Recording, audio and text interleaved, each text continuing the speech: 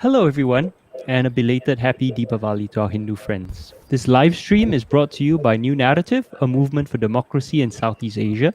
And if you'd like to support our efforts to create a better Southeast Asia, please join us as a member at newnarrative.com/join or donate at newnarrative.com/donate. Before we start, we want to say that while we encourage discussion in the Facebook and YouTube chat, I want to remind everyone that today we're going to be talking about a very sensitive and controversial topic. And a man's life is literally at stake here. So emotions are running very high. Please be respectful and kind in the comments. We are all living in very difficult times, especially all of us in Singapore are struggling very much with the pandemic. We will be exercising a stricter than usual policy of moderation in the comments, and we will not hesitate to delete any comments which may be construed as offensive or hate speech. So, on to the topic. Nagendran Damalingam is scheduled to be executed by the Singapore government on Wednesday, the 10th of November. There was a last minute appeal today that was dismissed, but there will be another appeal heard by the Court of Appeal tomorrow at 2:30 p.m. But if it is unsuccessful, he could still be hanged on Wednesday. Mr. Nagendran was arrested in Singapore in 2009 and charged with trafficking 42.72 grams of diamorphine, which is a form of heroin used to treat severe pain. Mr. Nagendran testified in court that he had been coerced into trafficking the drugs by a man who threatened to murder his girlfriend, but he was not believed by the court and was sentenced to death by hanging. This was in November 2010. So he has now spent a whole decade on death row. In addition, experts have also assessed Mr. Nagendran as having an intellectual disability. The UN Convention of the Rights of Persons with Disabilities, which Singapore has ratified, bans the imposition of the death penalty on people whose mental and intellectual disabilities may have impeded their effective defense. And Singapore's own laws were amended in 2012 to enable ratification of the CRPD. But while the court did recognize his disability, they also found that he had sufficient mental responsibility for the crime. We will talk about that later. Before we meet our guest for tonight, New Narrative wants to say that we believe that the death penalty has no place in any civilized society. It belongs to the trash heap of history alongside punishments like prison labor and cutting the hand off a thief. Unfortunately, all three still exist today. New Narrative is hosting this live stream event to inform our viewers about the injustice of Mr. Nagendran's death sentence and to encourage Singaporeans and people all over the world to urge their leaders to spare his life. But we also want to make clear that we are against the death penalty and against punitive approaches to drug policy or the so-called war on drugs throughout Southeast Asia that has led overwhelmingly to the murder of poor and vulnerable people. In fact, Mr. Nagendran has spent over a decade in solitary confinement, which is recognized by the Geneva Convention as cruel and inhuman punishment. And so we believe that his punishment already exceeds his crime, and he should be released to his family. So joining us today to discuss Mr. Nagendran's case are Emmy Charissa, a disability rights activist. Hello, Emmy. Hello. Kokila Annamalai, who is an activist with the Transformative Justice Collective. Hello, Kokila. Hi. And Mila Rockey, sister of death row prisoner Syed Suhail, who is also an anti-death penalty activist herself with the Transformative Justice Collective. Hello, Mila. Hi. Thank you for joining us. Okay, so let's start with how Mr. Nagendran's doing. Kokila, I understand that you have spoken with Mr. Nagendran's family. How is he doing? And does he understand what is happening? Well, his family says that he doesn't understand what is happening, though the AGC and prison maintain otherwise. So his family have been visiting him every day for the last week. And they say that mostly he talks about his childhood and things that happened to him before the age of 18. And he does not seem to have much cognizance of what's going on around him now, that he's disoriented, that he falls into long periods of silence while they're visiting, and that his mood changes erratically, and that they're very, very concerned for how the last 12 plus years in a single cell, locked up for 23 hours a day, has affected his mental state.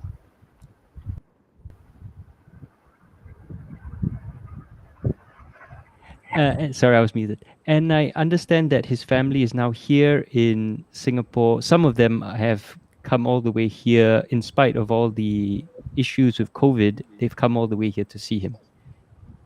Yes, four of them are here. And have they been able to meet with him and talk to him? Yes, all four of them have been meeting and talking to him. His younger brother, Navin, arrived the day before Deepavali, or 2 days before Deepavali, and his cousin brother, cousin sister, and Nagin's mother arrived a few days later. Right. Thank you. So Mila, let's turn to you. Your brother is on death row. Can I ask you, what is it like to live with this knowledge?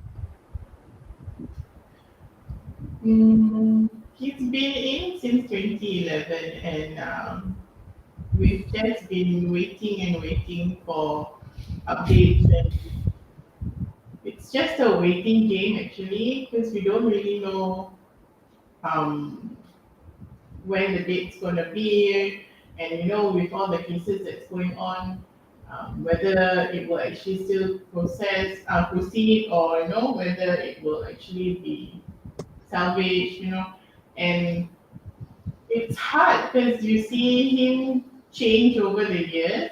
Like, he's totally a different person from the time he was inside, from the time he was outside to the when he first got caught all the way until now. He's changed a lot, and you can see that there are certain times where his mood is just really really bad. You know, yeah. So, is this you is it your impression that it's the solitary confinement, or is it the sentence that's he's waiting for the sentence, or a combination of both? What what why the change? I think it's a combination of both because when he just got caught, I think it was the realization that, oh, okay, so this is definitely going to be a death sentence for me, and like, what am I going to do now? Because when he initially got caught, he was a mess, and then when he started going to court and was fighting his case, he looked different, a bit more optimistic, because I think he saw that the case was progressing. Then once he was finally sentenced, then that's where things started to change.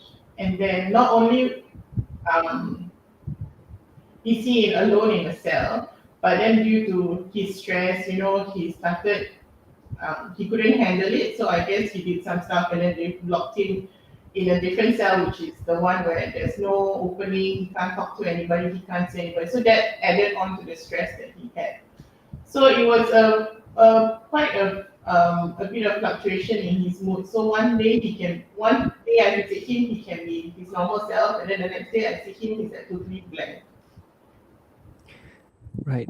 Before we follow up on that, I want to ask how you are doing and your family. I mean, this surely cannot have been an easy time for all of you. Me being the closest to him, it really does affect me because, like, he's not around. He wasn't around when I got married. He wasn't around when I gave birth. He's not there for my son, who is still a toddler. So I do bring my son to visit him once in a while, but you can see how much he wants to touch my son and hug him. So it's very painful for me to see as well. And like I mentioned, his mood swings are there. So there are times when we are on good terms. There are times when he can get angry with me, and then we have to deal with it. Like, I have to deal with him getting mad at me, and I have to understand his situation and like calm myself down as well, not to react to it. So it's very difficult actually. If I may clarify, and we have some questions in the comments, he's not allowed to physically touch any of you. So there No, so is. there's no touching. There's no, even because Syed was actually given the letter for execution last year in February, and even during that final week, when we requested for a a special visit where you can sit with him and touch him. That was also rejected. So there's no physical human contact at all. What's the logic of that? What I don't understand that. Why can't you touch him? Yeah, we don't understand it either. Like In fact, they don't even allow. When I had my son as a baby, we were asking if he can just hold him when he's just a baby. Yeah. They don't allow it either. Even for the other inmates, because I was asking, are they allowed to hold like their grandkids, and the children especially, not us, it's the children, but they don't allow it at all. Right. Thank you. So, Kokila, how is Mr. Nagendran's family holding up? You've talked to them. Now you've mentioned, Mr. Nagendran is under he's clearly not well. How is his family doing? well, I think there's only one. I don't know how to answer these questions honestly. I mean, of course they're extremely distressed. His mother can't stop crying. It's surreal. I mean, I don't think that we're built as people to be able to make sense of or understand or hold these emotions. It's unfathomable. Any kind of loss of a loved one is extremely undoing as it is. But to have somebody on death row, to know that they're going to be executed by the state, which has been premeditating it for 12 years, that how do you say what it does to a family? How do you say what they're going through? How do you describe what the state of mind is like? Yeah, I don't know. Yes, I think it's a common narrative about that we hear about drugs destroying families, but we rarely hear about how this state of affairs and the execution of a person also destroys the families over the course of the many years that the person might be on death row and afterwards. In fact, the only time that families can sort of touch the person on death row is when they are brought to court. There's a small gap in the glass pane that the prisoner sits behind, and so sometimes family members put their fingers through, and they can touch fingertips, and that's the only time from the point of arrest. And usually the point of arrest is a point at which nobody knows it's going to happen, right? So there is no last hug. There is nothing, because the next time they touch their bodies, it's usually after they've been executed. Wow. Gosh, I have to confess, I'm quite stunned by that. Not even a last goodbye. The sheer inhumanity of that. I mean, sorry, I'm at a loss of words here. Wow. So let's talk about Mr. Nagendran's mental state. And here we come to Emmy. You're a disability rights expert, in particular on intellectual and psychosocial disability. So where should we start? I understand Mr. Nagendran did not have a fair trial to begin with because it did not accommodate his disability. Could you explain to us? Let's start from the beginning and help us understand how we should be accommodating a person with a psychosocial and intellectual disability to ensure a fair trial. Okay. So I also have something to say about the mental state part, but I will start with procedural accommodations for persons with disabilities, especially people with psychosocial and intellectual disabilities. So it's actually something that has gained prominence only recently, and I think that's especially a reason why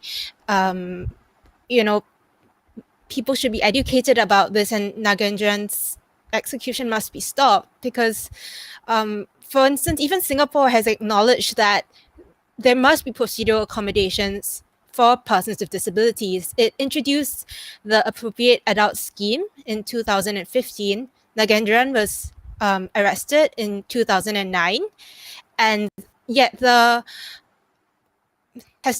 confession that they take as most authoritative is the one that was procured in 2009. And when they introduced the appropriate adult scheme, they said that people with intellectual disabilities might be more likely to confess because they're scared. They may confess to things they didn't actually do. And also then there's the issue and then other things, it's just not only the police, it's also the courts. What sort of procedural accommodations should the courts provide under the latest international standards? For example, there might be people who must be trained to question differently. People need to work with the disabled person to find out what sorts of accommodations that they need. This can be done through a justice facilitator, or the person can also request. That's my opinion as well. But also the latest international standards do say that procedural accommodations must be made, and this can be done through a justice facilitator. So for things like, the judge stepping down from the stand or taking off cloaks and wigs, these are things that might make things less scary for a person with a psychosocial or intellectual disability. I also want to address this issue of whether or not Nagendran has an intellectual disability, because I keep seeing it everywhere and people keep on saying we need to do another psychiatric evaluation. But the thing is that whether or not how someone is functioning, the CRPD committee and the international guidelines, principles and guidelines have already said that we must move away from taking what experts, having medical professionals be the experts, and instead look at a social model of disability. And we released a statement from by people with disabilities, and it has been signed by 31 international organizations that work at the grassroots, regional, national, and regional as in a region, not regional in a country, and also international levels, as well as 80 individual signatories. So we claim Nagendran as one of our own. We recognize him as a person of intellectual and psychosocial disabilities. And so, when we just look, it's not about the diagnosis, it's about the individual and what that person needs. It's not simple black and white, whether or not he has moral responsibility or not, whether he should get the death penalty or not. It's really about the procedural accommodations that he should have received, that should have been offered to him, and that he could not get, because then he cannot defend himself on an equal basis with others. Thanks, Emmy. It doesn't. It does astonish me how people have been quibbling over exactly how much of a disability he has, right? Because it's like saying, hey, we shouldn't execute people if they are wet. And then you start arguing, well, how wet is someone? How much water needs to be on someone before they're wet? But the fact is, we shouldn't be executing people full stop, right? And if we're going to say, the whole point of the CPDR is to say we should treat disabled people fairly, and we have to accommodate them. And then now we're quibbling over exactly how much of a disability gives, enables them to have that dignity. And it to me, it's totally back to front, and it makes no sense that we should just try to treat people with dignity and fairness and respect, rather than quibbling over, well, how much fairness and respect do you qualify for? So yes, I totally understand what you're saying here. I also wanted to add that the CRPD asks for, rather than a medical approach, for a social model approach. So we know that Nagendran had barriers put in front of him unintentionally, because at that time people didn't know that about these standards, but that right now we can do something about it. The other thing is that evaluations from mental health professionals can be very subjective. So I've given different diagnosis myself. Someone might say, and a lot of people, when psychiatrists, when they meet me, they think that I use myself as an example, that I function really well because I'm articulate, but they don't know that I have like set shifting difficulties. It's not obvious. I once saw a psychologist, and she was insisting that I was doing well for about 3 months until she finally realized that I wasn't lying and I was actually struggling. Yeah, so it is very subjective. I think, I mean, if I make a crude analogy, it's like expecting everyone who gets COVID to have the exact same symptoms and be evaluated by a doctor in the exact same way with the exact same diagnosis. But we have this whole class of ailments that fall under COVID, but people, have so many different symptoms, right? You have this whole laundry list of symptoms when you ask to check in at somewhere and have you had shortness of breath or whatever. And so I don't want to say that a mental disability or mental illness is the same as a physical one. Of course, I want to be very careful there. But the point is that a lot of what we assume about the objectivity of science is actually very subjective, and especially when it comes to the human mind or the human body. Now, Emmy, you wanted to talk about Mr. Nagendran's mental state, and you had some responses to how Kokila was describing him and how he's doing. Yes, so I mean, as someone who has experienced altered states myself, when I was experiencing very bad conditions in an institutional setting, what Nagendran is going through really struck me. I remember at the time when I was in that setting, I just couldn't comprehend how people could be so cruel, because I guess some part of me wants to believe that the world is good. And so my mind, dissociation can be a coping strategy. It's not always bad. It's like a way the mind copes. So the way I coped was that I started to believe, my mind created this narrative that everyone was out to help me, even though that was not the case. And I just couldn't understand it when people were hurting me. People would say, actually, you can't go to the bathroom. And I'll be like, why? Aren't you trying to help me? Isn't the whole place trying to help me? And then it can also be scary because I've experienced both. And then things become a lot more scary. So but people can still know that they're scared of something. They know, they can say what they're scared of, or they can express it in some way. Yeah. Okay, so can we talk a bit about this? I mean, the Ministry of Home Affairs put out a statement saying that he had, so I'm paraphrasing, sufficient mental responsibility. Now, can you explain what that is, and maybe for people who don't understand the issues, all the complicated issues surround this, around this, like what does that, what are they implying with that? What does that mean? And is that actually an accurate way to talk about Mr. Nagendran's mental health? Just add here that people also talk about, sorry, can you hear me? So I just wanted to add here that, people talk about psychosocial disabilities and intellectual disabilities versus people who are neurotypical or who are non-disabled, as if these are static and separate categories, right? But the carceral conditions produce a lot of distress. And I think it's very clear from Nagin's case, from his family's testimonies, that he's a very different person from when they last saw him. And his suffering seems to have increased incredibly from their experience of interacting with him for about 5 hours every day. And this is also true for many people who've been incarcerated, right? That it causes tremendous trauma. This is well documented, well researched. So yes, his state at the point at which the act happened, the point at which he was arrested, definitely is something to discuss. But it's also about what it means to execute somebody. And this is what his mother keeps saying. It's like, he's already suffered for 13 years. And for 13 years, the family sees it as him having been tortured. And that, I don't know how to see it any other way too, because I think somebody having to live in a single cell for 23 hours a day for 12 years is torture.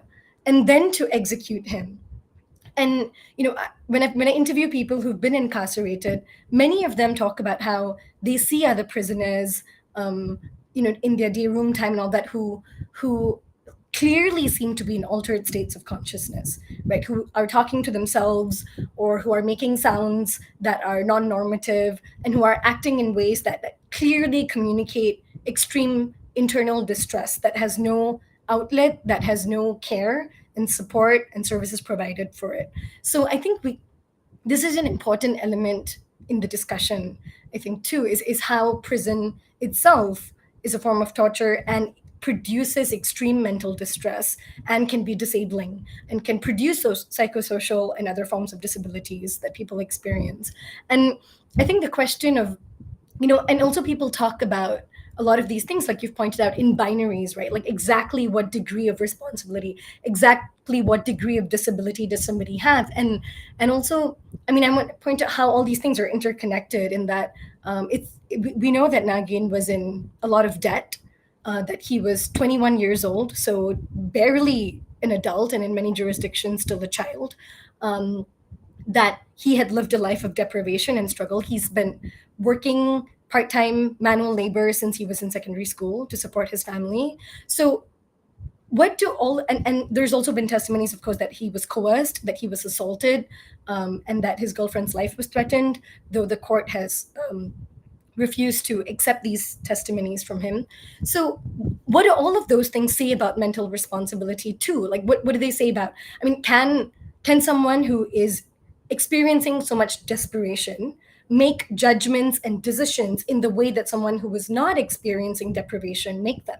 And is that a form of disability, right? So I think we use these terms in very kind of sometimes rigid ways, but more expansively, if it's understood as people in extremely different circumstances, both external and internal, cannot be all held to the same sensibilities and standards of action.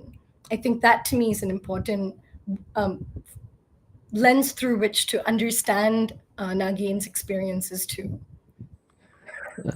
Thanks, Kokila. It just seems to me, if you wanted to, say, have Mr. Nagendran sign a contract,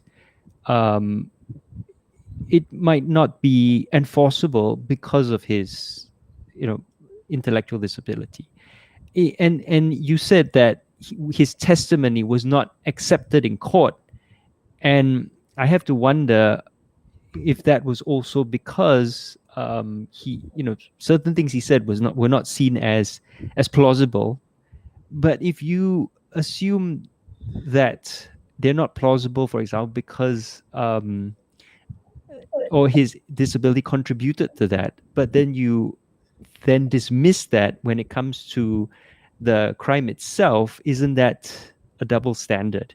That's not why his testimony wasn't accepted. Right, It was okay. because they said he was inconsistent, and he had given different accounts, and at some points he Right. had said that he had done it for money. And I think this again creates a certain enforces a certain moral standard on somebody. If somebody who is desperate does something for money, why are they less deserving of understanding than somebody who didn't do it for money, but because they were assaulted? There are, of course, these are different circumstances, but they all point to different kinds of desperation, right? And also, when he made his earlier statements, he did not have legal representation, right? So these were some of the early statements he made right after he was arrested, and that's usually the point at which anybody is terrified, let alone somebody with the kind of mental state that Nagin must have been in, given his family's testimonies about how he experiences the world. It was statements given at that early point without access to legal counsel, and that he then also, they say he lied because at different points he said different things about his education levels or just generally about himself and why he did what he did. But all of this is consistent with somebody, and with many people who experience the world in inconsistent ways. So if your experience of reality and experience of the world is inconsistent, then your testimony will also be inconsistent. We know that this is true, for example, for survivors of sexual assault and what trauma does to the way your consciousness is affected. It seems to me if he can't even remember factual things like his level of education, how do you paint him as a, why would someone lie about something factual, right? If they can't even, if they don't even know something factual like their own level of education, it suggests that all his testimony really is flawed and thrown out. It should be thrown out. I mean, I okay. Well, I'm just gonna say that when I was questioned by the police, it was like 3.5 hours, and for all the advantages and privileges I have, education, upbringing, everything, it was still a very scary experience, knowing that you're talking to someone who could destroy your life just by what they type on, and what they decide and what they tell their superior, and knowing that everything you say can be used against you and probably will be, knowing how what the PAP government thinks of me. And I came out of there completely exhausted, and it took me a while, quite a while, to recover from that trauma. And so, if for me 3.5 years, 3.5 hours, sorry, I already felt so completely wrung dry by that experience, which wasn't even that bad of an experience compared to everything that I've heard, what Mr. Nagendran went through. I can't imagine what he must have gone through and how it must have destroyed him. PJ, this I completely agree. When I was interrogated by the police, first for 3 hours and then for 6 hours, I ended up agreeing to things because I was so exhausted. Things that I initially didn't agree to, things that they put in my statement, and that because I was just over it. I was like, what? Okay, fine, I'll sign to that, or you can put it that way if you insist, right? And what to imagine. And we've also heard, from Justin's testimony, the child who died by suicide after CNB's interrogation, from what he and his mother say, CNB do use even more aggressive techniques. And he said that that they used vulgarities and were very intimidating to him. So if that is the case, and if Nagin experienced that sort of interrogation, then it is no surprise that his later statements might contradict his earlier statements. And the fact is, he didn't have a lawyer present. He was alone in there. And this is part of our whole criminal legal system that I don't understand. No lawyer, no access to legal counsel. That surely must be a violation of your right to a fair trial. But let's come to, the death penalty in general, because I also see in the comments there's some discussion about it. And let's start with a very broad question here about why is our government so ideologically wedded to the death penalty, to something that's so intrinsically inhumane, in the face of all the evidence that it, or a complete lack of evidence that it actually is a deterrent, and when 2/3 of the world have already, gotten rid of it, right? We're in a shrinking minority, and yet we are one of the most active, if not the most active, in, I think it was in the around 2008, 2010, we had per capita the most executions in the world. Why are we so ideologically wedded to this?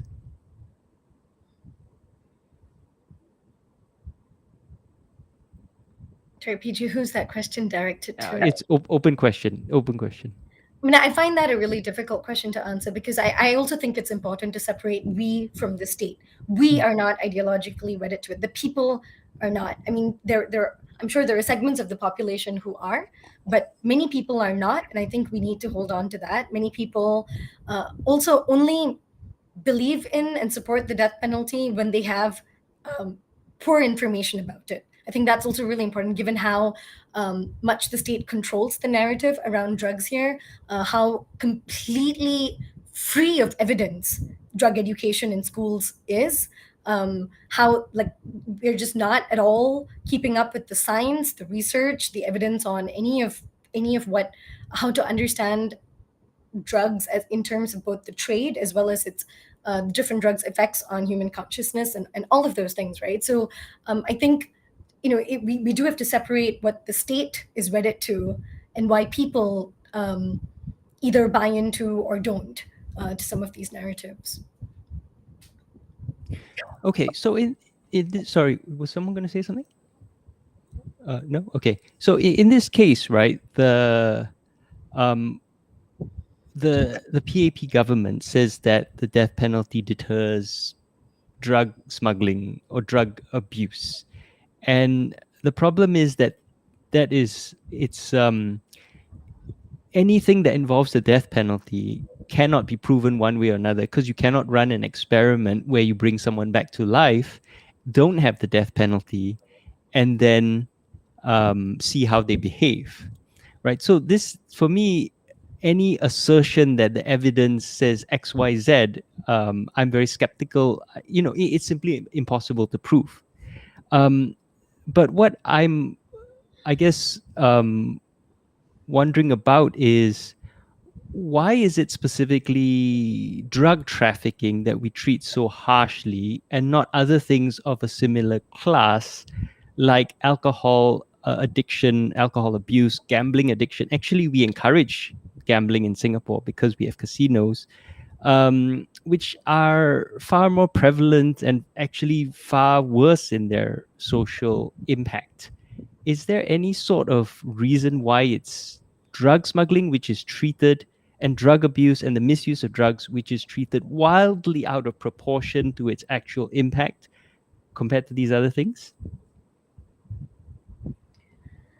I think it's purely a money thing because alcohol and gambling, um, they can make money off of it with taxes and all that. But how do you make money off drugs when it's all coming in illegally? So I think that's one of the things because they can't control it and they can't be taxing it for taxing it. So that's how they deal with it. I mean, alcohol and gambling, everyone wants it, everyone pays for it. So Right. That's actually a really good answer.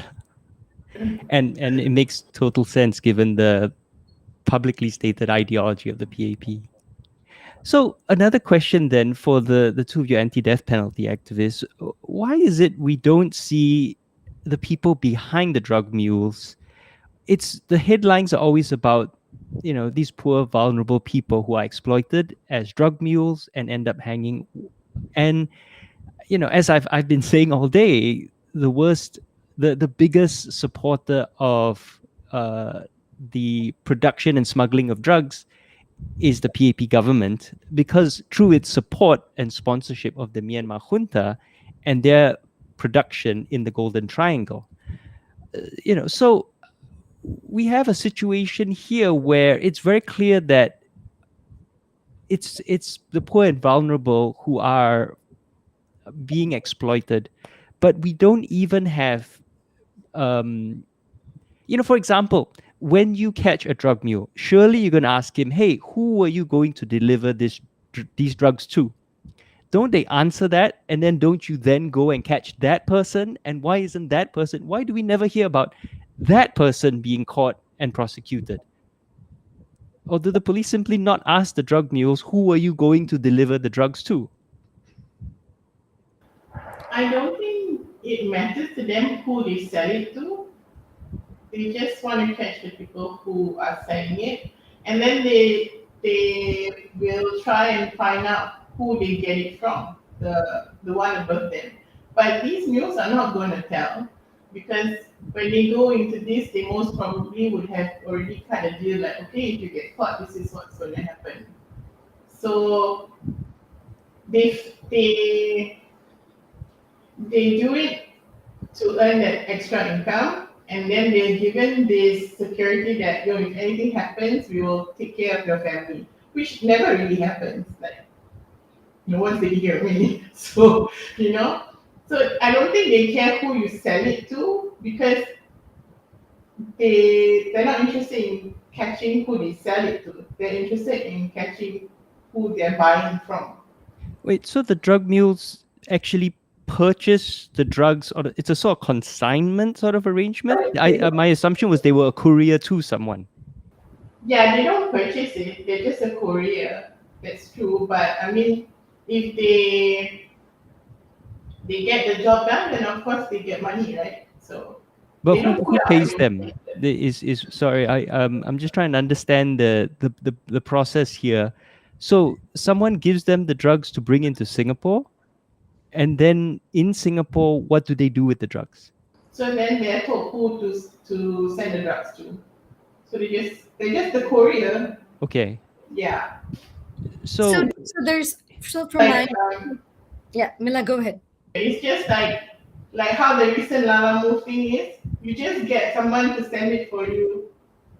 So that the drug use are the Lalamu kind of Right. thing. Yeah, and that's the analogy of it. I mean, I think firstly we know that our laws are created to protect rich people and not the rest of us, and we also know anecdotally and from what people we've interviewed who've been incarcerated for drugs tell us that a lot of drug raids are focused on what's called like street level drugs and focused on low income neighborhoods and these are and street level is just where often people who are from more marginalized backgrounds can be are more visible using drugs, right? So there's not, we also know that there is a lot of drug use, again anecdotally, in international schools, for example, or in clubs, in the partying in the music scene. But these are not places that experience as heavy policing and raids, for example, in my understanding. Um, and I think also it's not as simple, PJ, I think, as like there are people up there and then there are people down here. It's just like two levels, right? So there's usually, from what I've heard from people who have been involved in the drug trade here, they say that a lot of the money is controlled by people who are at the top of who run secret societies, and often they are from privileged backgrounds, and then it's really a lot of layers of people through which the business is run, and the people right at the bottom of that hierarchy who are doing the runs are the most marginalized, right? And then there's people who manage a few people or an area, and then it's a lot of layers. It's not just like if this guy is selling it to one guy that he's somehow higher ranking or something than him. It's usually traded across the same level. So there's lots of layers so as to protect people right at the top of the ring, right? And of these secret societies. Right, I see. Thank you. So, Koki, I think you've also talked about other ways, alternatives to the death penalty as a way to tackle drug abuse in Singapore. Uh, what other ways can we deal with this if we're not going to have the death penalty as the deterrent? I'm an abolitionist, so I know that is a pretty difficult position for a lot of people to sum up. So I'm an abolitionist in the sense that I, I, I believe that we need to move away from prisons and policing altogether, and not just the death penalty. I do not think that life imprisonment is a acceptable alternative to the death penalty, and definitely in the case of drug offenses. Many places in a growing number of places are experimenting with and have had very encouraging results with harm reduction approaches that are focused on what it sounds like, right? Reducing harm. So, and that includes a wide variety of things, from allowing people to use safely, allowing people access to community support and the kinds of treatment that they might want or choose, allowing people, and I think it's very widely recognized that it is often when people experience addiction of any kind, not just addiction to these particular substances, but any form of addiction, that it is a lot of community support and opportunities and resources for healing that allows them to overcome addiction if they choose to and if they want to, but also to not also be very fixated on, so to speak, recovery, but rather recognize that there is a spectrum of users, and some of them have a healthy relationship with drugs, and some people have unhealthy relationships with drugs, and the question is how to protect the most vulnerable people, for example, young children or family members who might be affected by somebody's addiction or unhealthy drug use, and also how to protect people themselves, right, in ways that are that they consent to, like providing access to housing, providing access to healthcare, and approaches like that that really understand what addiction, what lies at the heart of addiction. But also, I think drug use is a very closely related but somewhat also separate thing from drug trading, right? And so people who are couriers who agree to sell in exchange for very little cash. Like in Nagin's case, he wasn't offered much at all. And people online are talking about how, if somebody was offered $200,000 to do this, then they should be held culpable. That's nowhere close to, I think Nagendran was offered something like 500 ringgit to do this, if I remember correctly. So often people who know the serious consequences of helping to transport drugs, but still do it because they're desperate. And sometimes people don't know, right? Because again, of altered states, different experiencing the world differently, and also because they are coerced. I mean, internationally, and I think New Narrative did a story somewhat related to this, but there's a lot of very solid research showing that women are often coerced by partners and other men in their lives to transport drugs, and especially women who are experiencing domestic violence. So it's really many different vulnerable populations that are very severely punished and affected by completely, indefensible, harsh drug laws that are not based in any science, any evidence whatsoever. Thank you. And Emmy, for mental health and disability, how would you characterize the state's PAP government's approach to it, and how can we improve it, especially to prevent more Mr. Nagendrans happening in the future? I very big question, I know, but you've got a lot of experience in this, so yeah.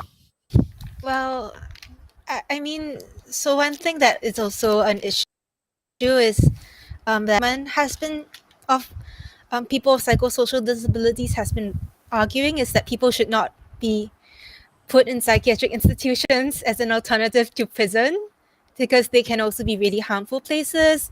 But also, what I've been thinking a lot about, because I keep like seeing people talk about this as if it's a black and white thing, and I mean the issue is, whether or not he has, mental responsibility. That's not the issue. For me, it's like it's like making him like he's the problem, but the problem is that the state provide. It's not a, it's individualizing the problem. But also, I keep on, like there's all this discourse about like erasing stigma, and then always people always say we don't understand this issue, we need more understanding. And then suddenly when it comes to Nagendran's case, it's like people suddenly like understand it because of something that some, like they talk about it as if they know about it. But as someone who has like experienced psychiatry, I know that it's not true, and it's very suffocating for, I mean, I shouldn't have used that word, but it's really like stifling for me to read all this. I also feel like, I just feel so I think that people should like not, be they should actually do what they believe. They say we need more understanding, but now here we are rushing to execute Nagendran, so that doesn't seem, Thank you, Emmy. And on that note, actually, understanding it, my impression is that this campaign seems to be getting more traction and more solidarity than previous campaigns for people on death row to be pardoned or have their sentences commuted. Is that a reflection of a greater understanding of the death penalty issue and a change in public views, or is it purely because Mr. Nagendran has the whole there's the whole intellectual disability angle that people are latching onto.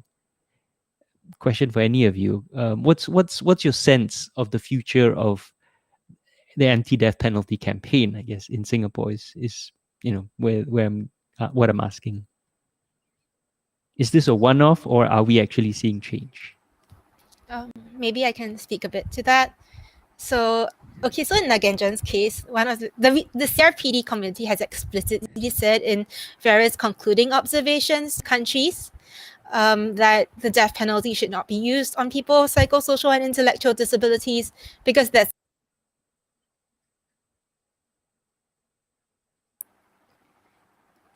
Is it still working? Oh yes, you're back. Okay. The CRPD committee has repeatedly said in comments to states that when it reviews states that the death penalty should not be used on people with psychosocial and intellectual disabilities because there's so little understanding and there's so much subjectivity to the point that it's arbitrary. And so they have asked the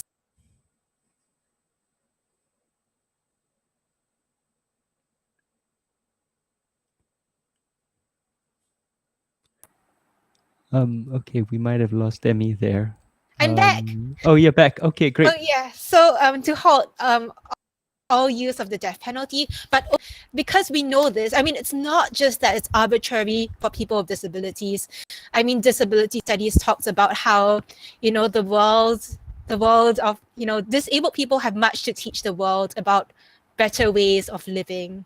We know that the death penalty, the way that drug trials are done, are very arbitrary. There's a presumption of guilt. And so, we highlight that there's arbitrariness here, but then maybe it's a way for people to understand that there's arbitrariness in all cases of drug trials and, death penalty. And because of this arbitrariness, the death penalty should not apply.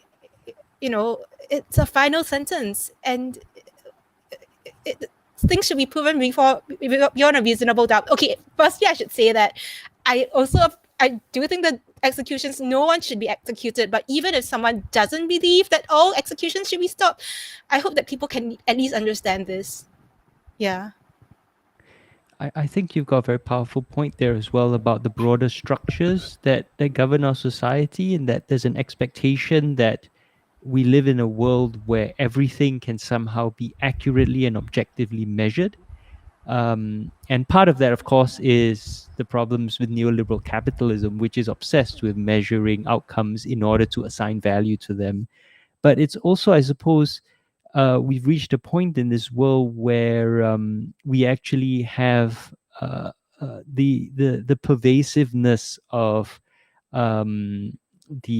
our scientific progress and our ability to measure certain things and understand them is misleading us to think that we are able to comprehensively measure anything objectively. And I think that's a very dangerous thing for us as humans to realize, to think, because that's what has led us to govern our lives in these very dehumanizing mechanistic ways, right? Where we govern ourselves through incentive structures, where engineers are the people trying to create social policy, or we turn to engineers to look at social policy rather than people who actually have done a lot of research and trained in trying to understand how people think. Add to Yes, please. If I can just sort of add to Emmy's response to that question, I think that we saw with Syed Suhail's campaign, Mila's brother's campaign, that there was unprecedented support that time round when Syed's letter was published online by lawyer M. Ravi. I think there was a kind of outpouring of support and solidarity that we hadn't seen prior to that. And now with Nagen's case, we're seeing support that is again unprecedented, right? And I think that definitely it has got, in Nagen's case, a little bit to do with how particularly vulnerable he is. And I think for some people, it has shattered this image of drug traffickers as, dangerous, scary criminals, and kind of revealed how regular and also vulnerable people in these circumstances can be. And I think that there has been growing consciousness around this. And I think there are other cases that have contributed to this, like Parthi Liani's case, in seeing how the criminal punishment system treats people of different classes and of different vulnerabilities. And I think that that has contributed definitely to people feeling more strongly that the death penalty should be abolished. And I think on that note, it's also important, and I saw somebody in the comments also bring this up, that to talk about Nagin as a person, right? And I know that a lot of the attention has been on how he is someone with a disability, but it's also that he is someone, and actually more importantly that he is someone. And which is why I think in my sort of trying to like comment on the case and write about it, I've tried to focus on his relationships with his family, what their memories of him are, and who he is as a person, because he's not just the person with an IQ of only 69, like that's not, I think that sometimes gets emphasized to the exclusion of everything else. And yeah, so Nagin really was somebody that went to work as a teenager, as a very young person, to support his family. He's somebody that his family says was extremely affectionate, was always surrounded by friends. Um, he's somebody that they deeply love and will dearly miss.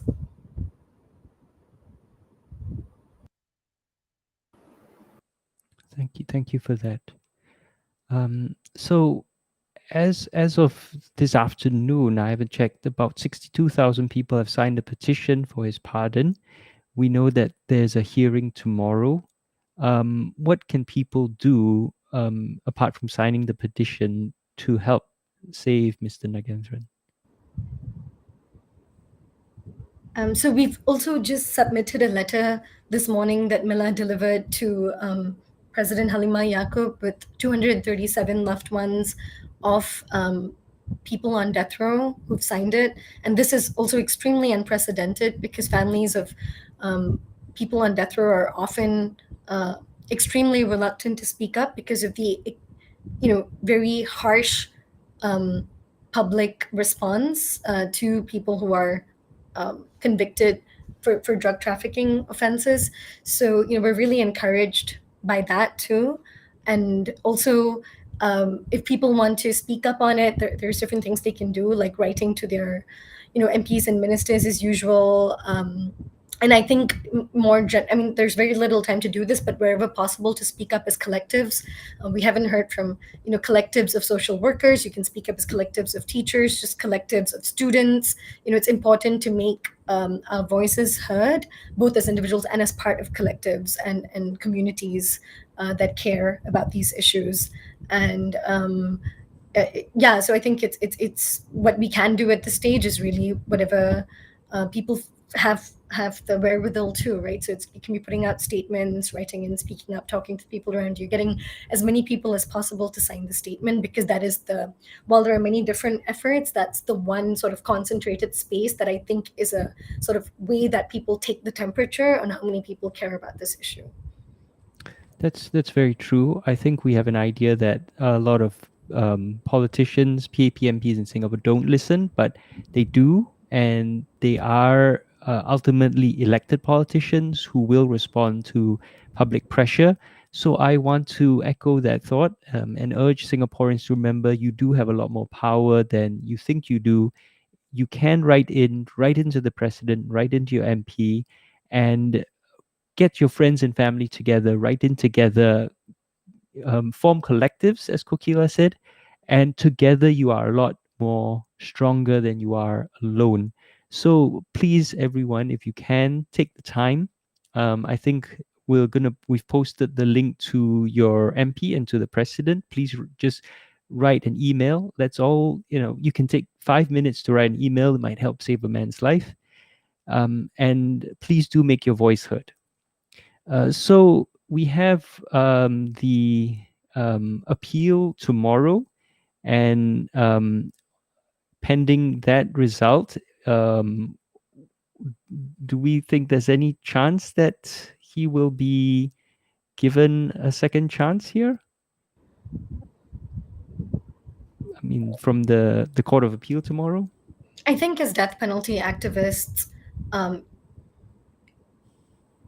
the work is to believe that there is a chance until there is not a chance, and I think that is not naivety and it's not optimism, and I think it is a form of discipline.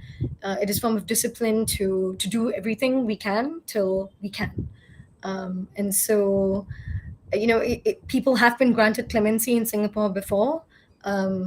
Death sentences have been commuted to life sentence after legal battles before, so there is really no telling what can happen. The circumstances are extremely precarious and discouraging on many levels, but for as long as Nagain is alive, there is hope. Yes, as my coach used to say, you miss 100% of the shots that you don't take. So I urge all of you, if it turns out that one more email could have saved his life, please make it your email. So on that note, we're out of time, and I want to thank our guests, Kokila, Emmy, and Mila, for joining us today. And I want to thank all of you in the audience for joining us, and everyone in the comments for leaving your comments and discussion. And as always, if you've enjoyed this and found this useful, please do join New Narrative as a member at newnarrative.com/join, or support New Narrative at newnarrative.com/donate. We need your help to survive and continue to bring you this content. So thank you very much, everyone. Have a good night, and let's try and save Nagendran together. Thank you. Bye-bye.